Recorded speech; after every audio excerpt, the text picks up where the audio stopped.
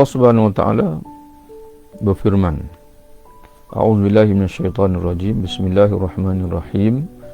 Am hasibta anna ashabal kahfi waraqimi kanu min ayatina ajaba. Adakah kamu wahai Muhammad sallallahu alaihi wasallam menyangka kisah ashabul kahfi, yakni beberapa pemuda yang mendiami gua. Ashab mana beberapa orang, Al-Kahfi gua, ya, para penghuni gua. Apakah kamu menyangka kisah Ashabul Kahfi, yakni orang-orang yang menghuni atau mendiami gua, dan Raqim itu, ya, apakah kamu menyangka kisah mereka sahaja di antara tanda-tanda yang buktikan kekuasaan kami yang menakjubkan? Jadi Allah Subhanahu Wa Taala ingin menjelaskan dalam ayat ini, kisah Ashabul Kahfi memang menakjubkan kerana berlaku satu keadaan yang luar biasa di mana manusia ditidurkan oleh Allah selama 300 tahun lebih, 309 tahun. Yang tidak ada orang yang mampu tidur, kerana melainkan dia akan bawa kepada mati. Kerana manusia ini, fizikal manusia ini memerlukan kepada tenaga. Kalau dia tidur selama 3 hari, 4 hari, dia tanpa dia mendapat air, tanpa mendapat tenaga daripada makanan dan sebagainya, akan bawa kepada kematian. Tapi Ashabul Kahfi ini, dia tidur 300 tahun lebih, 309 tahun, ya, tapi tanpa terjejas sedikit pun tubuh badan mereka. Ini merupakan satu benda yang ajib, yang ajaban, yang menakjubkan. Tapi kata Allah, Ashabul Kahfi bukan paling menakjubkan. Ya, paling menakjubkan itu ada lagi yang lebih menakjubkan lagi. Apa dia itu? Iaitu kekuasaan Allah menjadikan alam ini. Kekuasaan Allah menjadikan alam ini itu lebih menakjubkan. Ya, lebih menakjubkan lagi. Id awal fityatu ilal kahfi, ingatlah, tak kala para pemuda itu mencari tempat berlindung ke dalam gua, faqalu, lalu mereka berdoa kepada Allah, Rabbana atina min ladunka rahmatan wa hayyi lana min amrina rasyada. Wahai Tuhan kami, berikanlah rahmat kepada kami dari sisimu. Ini Ashabul Kahfi, bila mereka terpaksa melarikan diri daripada masyarakat mereka demi menjaga iman mereka, maka mereka berdoa kepada Allah. Jadi begitulah kita, tuan-tuan sekalian, bila kita berdepan dalam situasi sukar, maka jangan lupa untuk kita mengangkat tangan berdoa kepada Allah Subhanahu wa taala. Apa doa mereka? Rabbana, wahai Tuhan kami, atina berikanlah, kurniakanlah kepada kami, min ladunka, dari sisimu, rahmatan, rahmat ini memberi makna yang sangat luas. Di antaranya adalah kasih sayang, pertolongan, petunjuk, jangan tersalah jalan dan sebagainya. Wahai lana min amrina rasyada, wahai lana, dan berilah petunjuk kepada kami dalam urusan kami ini. Wahai lana, persiapkanlah untuk kami dari urusan kami ini rasyad, dan petunjuk. Jangan biarkan kami, ya Allah, menghadapi masalah, berdepan dengan cabaran berseorangan. Jadi sebab itu dalam satu doa yang diajar oleh Nabi SAW, yang Nabi mengajar kita, di antaranya, Ya Hayy Ya Qayyum bi rahmatika nastaghits. Wahai Tuhan yang maha hidup, yang maha berdiri sendiri menguruskan makhluknya, yang maha menguruskan makhluknya, sekalian makhluk ini diuruskan olehmu, ya Allah. Birahmatika astaghits, dengan rahmatmu, ya Allah, aku memohon pertolongan. Ya, rahmataka narju, rahmatmu lah kami harapkan. La takilni, janganlah engkau serahkan kami kepada diri kami sendiri. Tarfata ainin, walaupun sekelip mata, jangan engkau serahkan kami pada diri kami sendiri. Wala aqal min zalika ya ni'mal mujib. Wahai Tuhan yang sebaik-baik memperkenankan doa, jagalah kami, peliharalah kami, jangan biarkan kami berjalan sendiri Jangan biarkan kami menghadapi masalah bersendirian, ya Allah. Bantulah kami, limpahilah pertolongan kamu, kulanganmu, ya Allah. Jadi begitulah juga Ashabul Kahfi pun, bila mereka berdepan dengan cabaran dalam tafsir menceritakan mereka, masyarakat mereka telah menghadapan, telah dipimpin oleh seorang raja yang menyembah berhala, yang kufur kepada Allah, yang maksa semua rakyatnya untuk murtad daripada agama.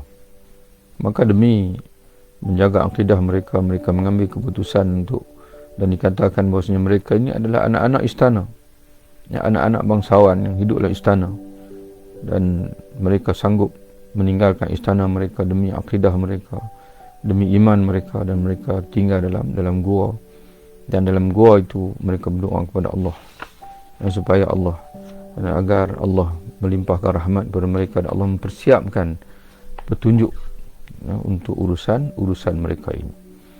Maka Allah Subhanahu wa taala, fadarabna ala adhanihim fil kahfi sinina adada. Fadarabna, lalu kami, kata Allah, tutup telinga mereka. Fadarabna, kami tutup telinga mereka. Makna tu fil kahfi, dalam gua itu. Ketika mereka bersembunyi dalam gua itu, mereka mohon kepada Allah. Maka apa kami buat, kata Allah? Kami tutup telinga mereka. Iaitu, kata ulama, ini makna dipanggil tutup telinga ini memberi maksud kami tidurkan mereka. Kami tidurkan mereka. Sini nak ada bertahun-tahun lamanya. Jadi kenapa Allah Ta'ala tidak menyebutkan kami tidurkan mereka, tetapi Allah menyebutkan kami tutup telinga mereka, tapi maksudnya itu ialah kami tidurkan mereka. Karena kata alim ulama dalam tafsir, adalah ayat di atas diungkapkan dengan menutup telinga, kerana telinga itulah tempat masuknya suara yang menjadi sebab terganggunya tidur seseorang. Apabila telinga ditutup dan suara tidak dapat masuk, tidur pun tidak terganggu. Jadi kerana itu ada nasihat-nasihat untuk kita mendapat deep sleeping, untuk mendapat tidur yang baik, iaitu jangan ada gangguan. Ada orang dia tidur dengan alunan muzik, ada orang dia tidur dengan sambil memasang earphone dan sebagainya. Itu semua walaupun mata kita pejam, tapi telinga kita masih bekerja. Jadi itu menyebabkan kita tidak mendapat tidur yang nyenyak, dan kita bangun daripada tidur mungkin masih lagi dalam keadaan keletihan, kerana tubuh kita masih bekerja. Di samping bila kita sebelum tidur kita makan pun tidak elok, kerana perut kita terpaksa bekerja. Mata kita dah tidur tapi perut kita masih bekerja. Ala kulli hal, tuan-tuan sekalian, bahasa Al-Quran ini ada sesuatu yang boleh kita tadabburkan, dan kita akan mendapat ilmu apabila kita mentadabbur. Kenapa Al-Quran mengungkapkan begitu? Itulah kata alim ulama, di antara cara untuk kita mendapat mencungkir rahsia-rahsia Al-Quran ini ialah kita sentiasa bertanya, kenapa Allah mengungkapkan begitu? Kenapa Allah tidak mengungkapkan terus saja? Nanti kita akan bertemu nanti di depan, nanti Allah Subhanahu Wa Taala ketika mana menyebutkan tempoh Ashabul Kahfi tidur dalam gua itu, Allah menyebutkan walabisu fi kahfihim salasami'atin sinina. Mereka tinggal dalam gua itu 300 tahun. Wazdadu tis'a, dan mereka, yakni orang Arab, menambah lagi 9. Jadi kenapa Allah Ta'ala tidak sebut saja mereka tinggal dalam gua itu 309 tahun? Sebaliknya Allah menyebutkan dulu mereka tinggal dalam gua itu 300 tahun dan plus ditambah pula 9. Kerana perbezaan dari segi, bila kita renung, itu perbezaan dari segi takwim asy-syamsiyah, takwim matahari, bagaimana takwim yang dipakai oleh Eropah hari ini, dan juga takwim qamariyah, hijrah. Kerana satu tahun qamariyah, satu tahun matahari 365 hari. Tapi tahun Islam berdasarkan pada kalender lunar, kalender bulan, hanya 1 tahun 354 hari. Jadi sebab itu 300 tahun mengikut kiraan, dan mereka ini adalah umat yang menggunakan kalender matahari. 300 tahun mereka menyamai 309 tahun umat Arab yang menggunakan kalender bulan. Itulah cara Allah Ta'ala mengajar kita, menambah ilmu. Jadi sebab itu kalau kita perhati lebih jauh lah bagaimana Allah SWT mengajar kita, mendidik kita untuk membina kekuatan akidah, iaitu melalui penglihatan. Allah Subhanahu Wa Taala mempemerhatian. Allah merintahkan kita untuk melihat kekuasaannya di alam ini, sentiasa merhati di alam ini, melihat langit, melihat bumi, melihat gunung ganang, melihat unta, melihat nyamuk, melihat laba-laba, melihat lebah. Jadi itu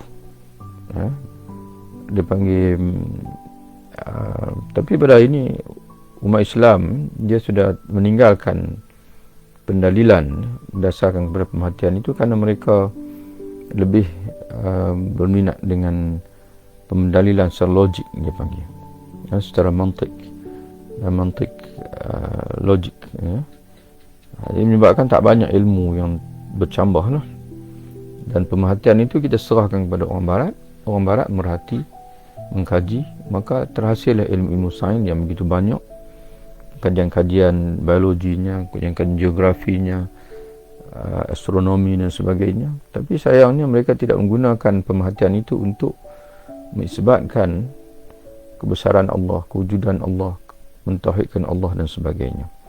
Yang mereka mengkaji itu adalah untuk mereka mengetahui alam dan juga untuk mereka bersaing dengan alam, untuk menewaskan alam, untuk mempergunakan alam.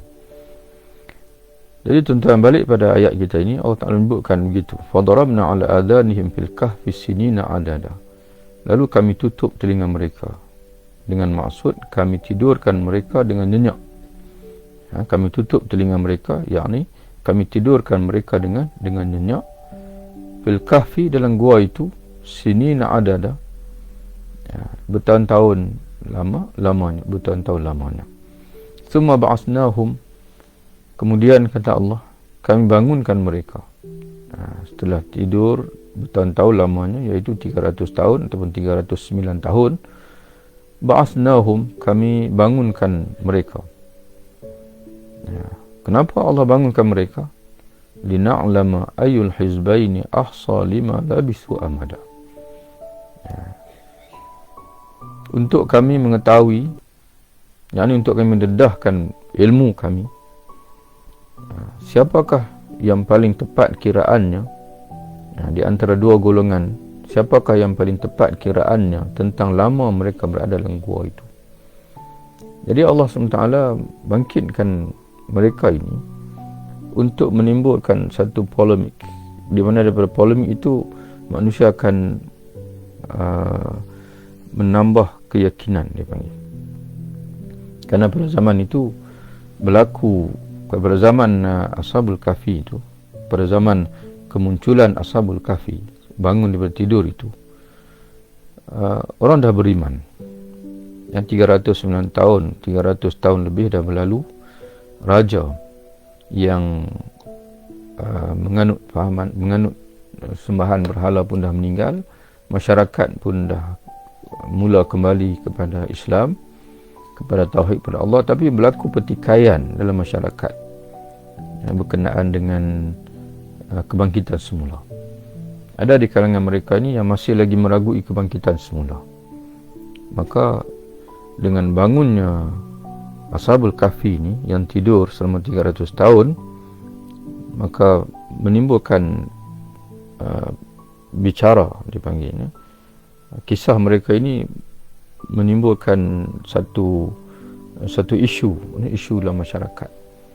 Dan akhirnya mereka yang ragu tentang kebangkitan semula pun mendapat satu hujah yang baru yang sangat kuat, bahasanya Allah Subhanahu Wa Taala mampu menidurkan manusia dalam ratusan tahun, kemudian dia membangkitkan mereka.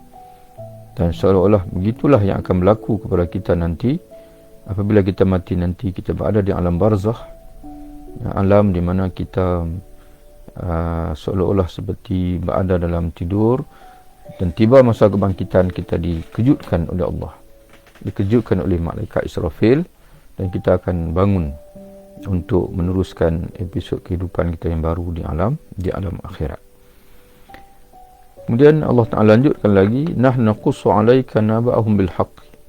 Kami, kata Allah, akan menceritakan kepada kamu wahai Muhammad, naba'ahum bil haqq, kisah mereka dengan benar. Jadi kisah-kisah ni, bila sejarah ini, dia banyak diserapi dengan tokoh tambah dan sebagainya. Tapi kisah dalam Quran ni semuanya adalah benar kerana dia datang daripada Allah, Tuhan yang Maha mengetahui.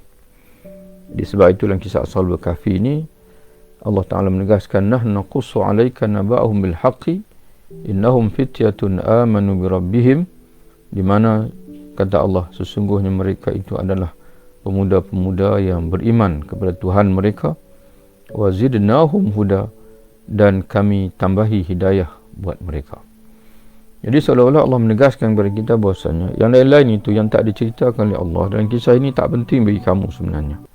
Tarikh bila mereka muncul, siapa nama mereka, di mana gua mereka.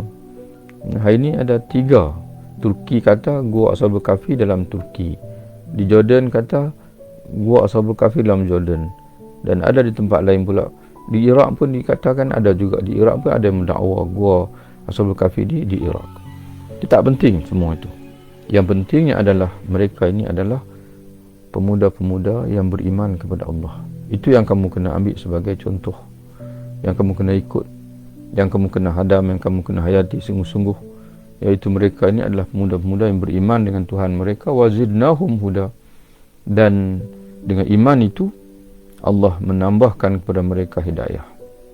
Dan termasuk dalam hidayah, bahkan hidayah yang paling tinggi itu adalah taufik, hidayah kepada hati. Di sana ada hidayah kepada akal, ada hidayah kepada panca indera, ada hidayah melalui fitrah. Tapi hidayah yang paling tinggi, yang mana dengan hidayah yang paling tinggi itu menyebabkan hidayah-hidayah yang lain itu akan memberi manfaat, iaitu hidayah kepada hati, petunjuk Allah yang menggerakkan hati kita untuk beriman, untuk mengikuti Rasul. Itu disebut sebagai taufik. Hidayah dengan makna taufik.